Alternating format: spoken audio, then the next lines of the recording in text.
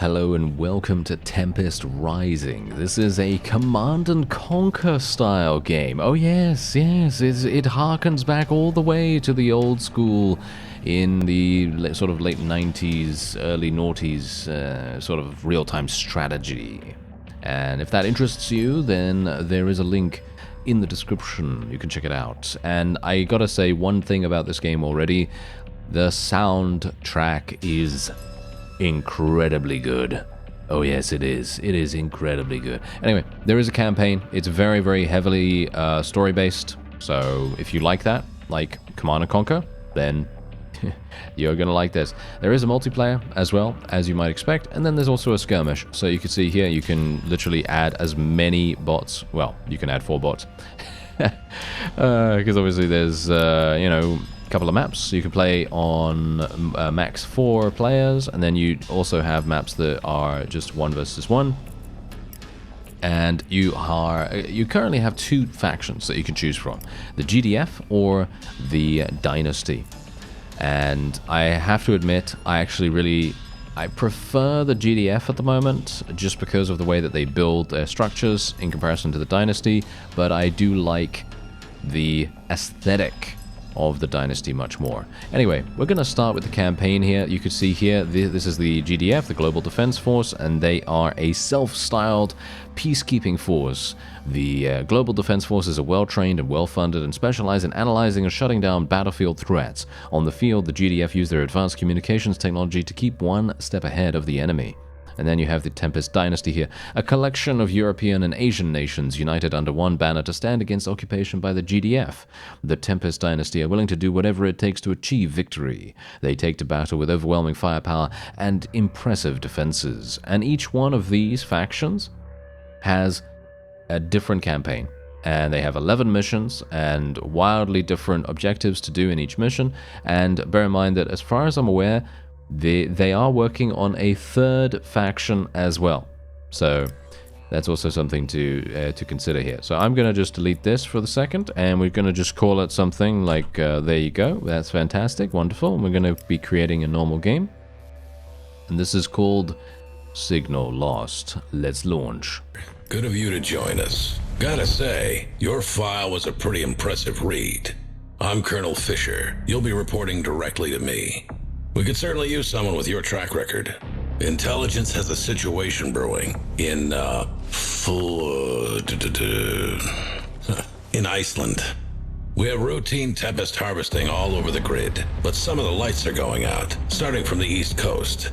If you ask me, I reckon it looks deliberate. I want you to do a sweep of the area and flush out any Dynasty forces you might find. Remind them that the GDF isn't to be trifled with.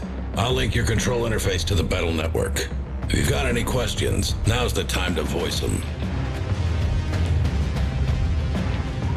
Despite what you hear in the news, the Tempest Dynasty isn't actually led by Domovoy Malkalin. You've seen his face. He's a figurehead, being puppeted around as a mascot. All because he founded the Dynasty, gave his people something to focus on in the fallout. It's PR. These days, he probably doesn't know where he is half the time.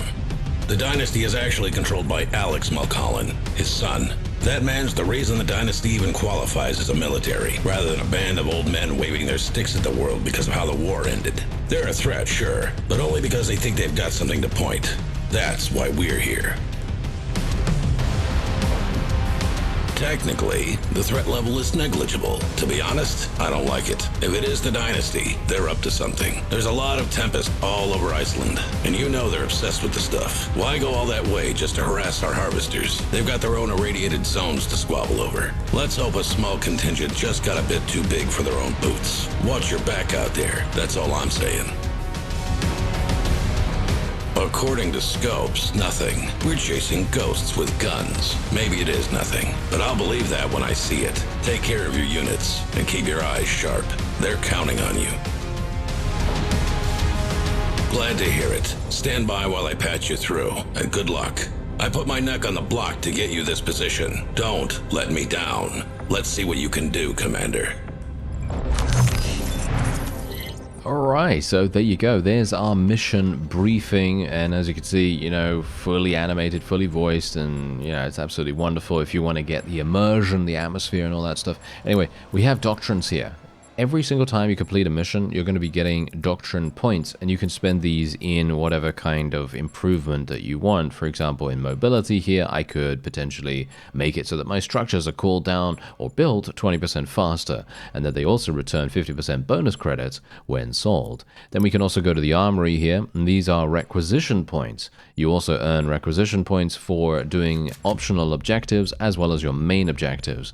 And once you've done that, you can then buy a bunch of various customizations that are then going to be added to your loadout. And you can see your loadout on the right side of the screen here. Each individual little skill has a determined amount of space that it will take up in your loadout. You can see that by the number next to the name. So for example, if I wanted to give my laser weapons a 30% bonus range, that would take up 2 slots, in comparison to laser drones, which only take up 1 slot.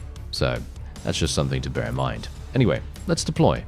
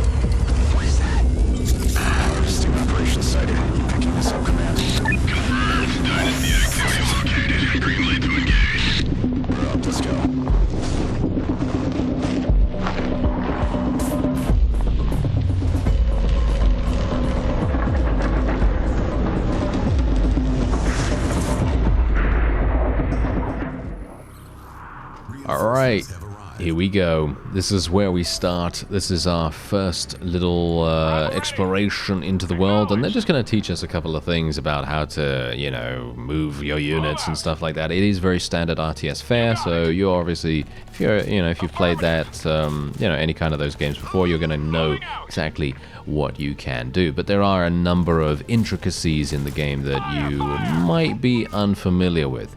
Like, for example, there's patrolling, hold position, guarding, and a number of activatable abilities as well. Like, for example, we can throw a marking mine here, which allows us to mark enemies and gain intel as a result of that. Paratroopers incoming! Good luck out there! Move out! You got it! Reporting! And you can see here that these guys, these remote control drone operators, have an increased range. So that's also going to be something that we can potentially use. Now you can see here that we're actually destroying these guys and being able to completely destroy the tanks because we are shooting these barrels, and the barrels explode and do massive damage, and it's wonderful, and everyone's having a great time, apart from the tank operator, of course.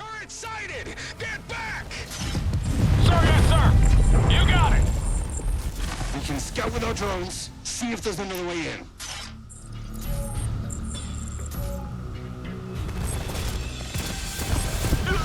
Engaging enemy!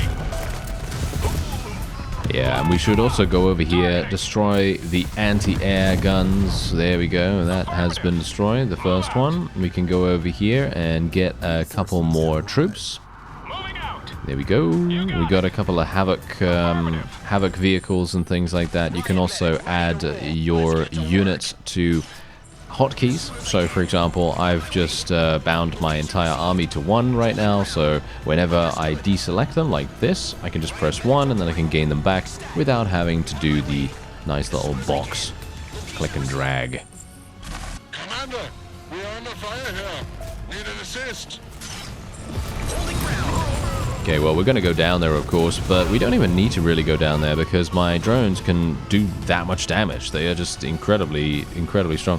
And there we go. Send the riot medic to the grenadiers. And that's exactly what we're going to do. And indeed, as you can see, we've got some more enemies coming in from the north. But that's okay, because we just absolutely murdered them.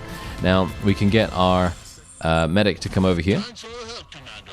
Standing by for orders. And there we go. They've now joined us. Fantastic. And we do have our medic. So the medic is capable of healing everyone in the area. You can see here that he's just shooting these wonderful healing rays at them. Intel is used to authorize limited countermeasures, such as unit abilities and support powers. Confirmed, HQ. On my way. Stat. Holding ground. The Sentinel Scout car's alternate fire mode exchanges firepower for marking rounds, generating intel when marked targets are destroyed. That's close enough.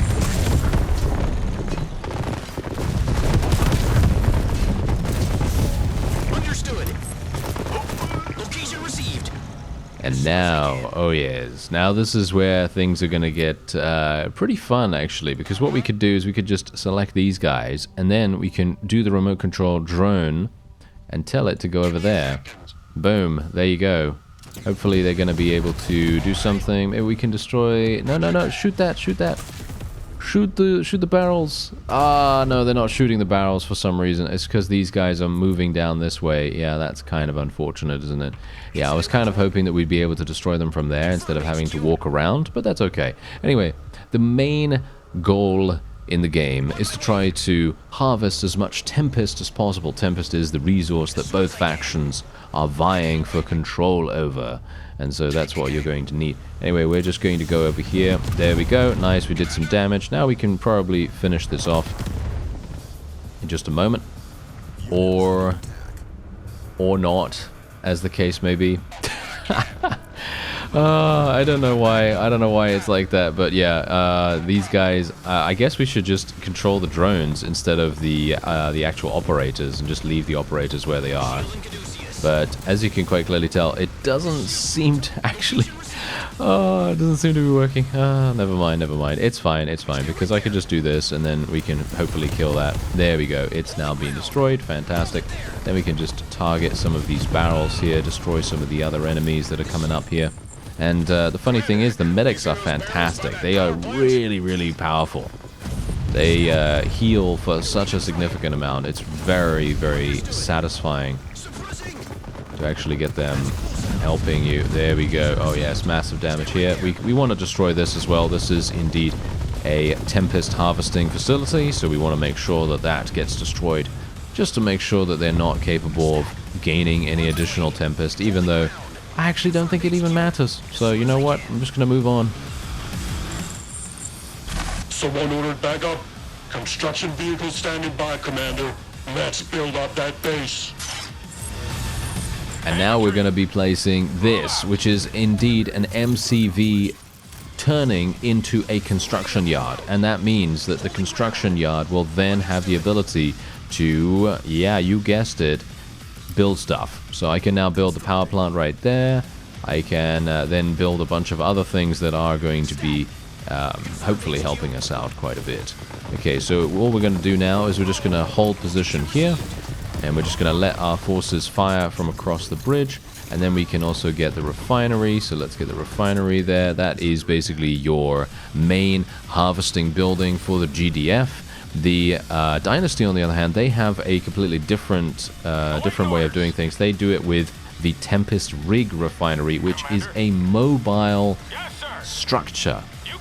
Yes, the harvesters act as wheels of the structure, and then you basically place it down somewhere, and then the harvesters go out and they start harvesting. So that's completely different than the GDF that uses a refinery and one harvester individually. So there is that. So yeah, apart from that, we can also get some barracks. Let's get the barracks up and running here. And I think we probably should be fine. Let's just be a little bit careful here as well. I don't really want to end the mission just yet, because I'd like to try and earn as much requisition as I can, because as I mentioned to you before, requisition points are, well, not super important, but you know, trying to get as many of them as possible is actually kind of nice. So I'm thinking that we're probably gonna try to do that. Now, as you can see, we can then go to these various menus here. They're all key bound, by the way, so you can change them however you so desire. And indeed, we can then get more field scouts, we can get more drone operators, we can get some defenses like some Gatling turrets. So I can literally just build a Gatling turret right there, and we can place another one right here, and they're going to be done. And that's great. I love that. It's very fun. Commander, you can now train grenadiers from the barracks. The satellite uplink will also collect intel passively. And there we go. So we're actually going to be getting intel passively from this, and we can. I'm actually not entirely sure. No, I don't think we can. No, we don't have any vehicle factory at the moment, so I can't build another harvester or anything like that. But that doesn't really matter. It doesn't really matter. But what does matter is that we should probably get another power plant. So I'm going to build another one round about there, and then we're just going to do attack move, and we're going to make our way into the enemy's base. Here we go. Should be pretty easy for us. I'm just going to destroy this if we can. Destroy that anti-air. There we go. Airstrike ready. Let's pick a location, Commander. Oh yeah, airstrike is now ready. Let's do it. There we go. Alright, so this is going to be absolutely insane. You're going to get to see exactly why. Massive amounts of damage going to be incoming very, very soon. And indeed, you're going to get to see the aerial units coming in and dropping the bombs. Look at that.